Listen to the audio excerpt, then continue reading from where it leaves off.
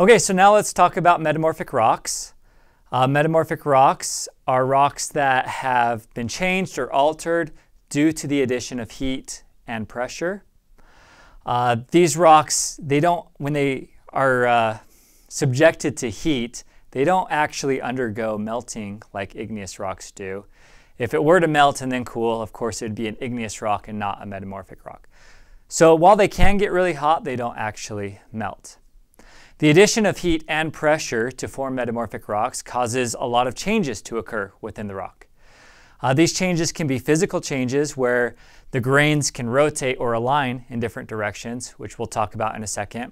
Or they can be chemical changes where the atoms can recombine in different configurations to form new minerals that weren't in the original rock. So when you are looking to identify different metamorphic rocks, there are, once again, two things you're going to look for. You're going to look for the texture or the foliation of the metamorphic rock, and you're going to look at the composition or the minerals present within the rock. So first off, foliation is the alignment of minerals within a rock basically due to pressure or due to differential stress. So if you think about it, if you have a room full of tables that are oriented in all different directions, and you somehow take the walls of this room to close in, it's going to cause these tables to rotate, and they'll basically align in the same direction. They'll be perpendicular to the direction the room is closing, but parallel to each other. Okay? And that's foliation. You can see that within the metamorphic rock. This can be distinct layers or bands within the rock, and I'll show you examples of these. Composition, as the rock undergoes changes, as it's exposed to heat and pressure, different minerals will form. And the conditions, the temperature pressure conditions, will really determine what minerals are forming within the rock. So you need to look for both of those. So here I have 4 different metamorphic rocks. And you can see that they are all very different. Some are shinier than others. They're different colors. Some of them you might see larger minerals than others.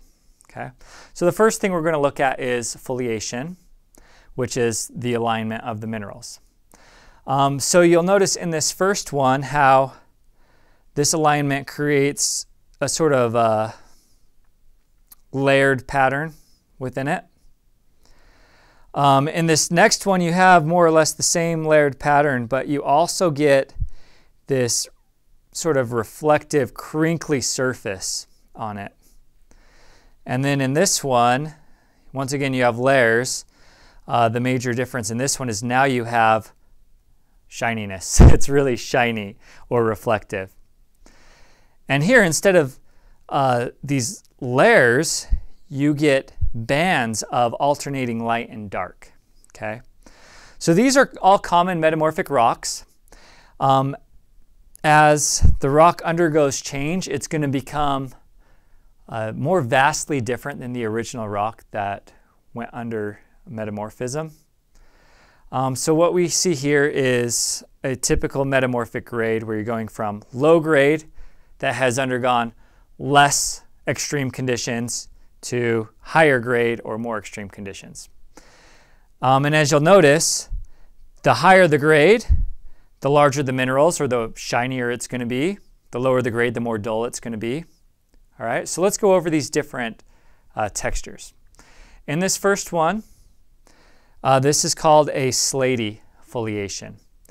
And that's where it's still pretty dull. It's not very shiny. It's a very low-grade metamorphic rock, so that means that the crystals haven't undergone the conditions to really grow, giving it that dull, not shiny luster.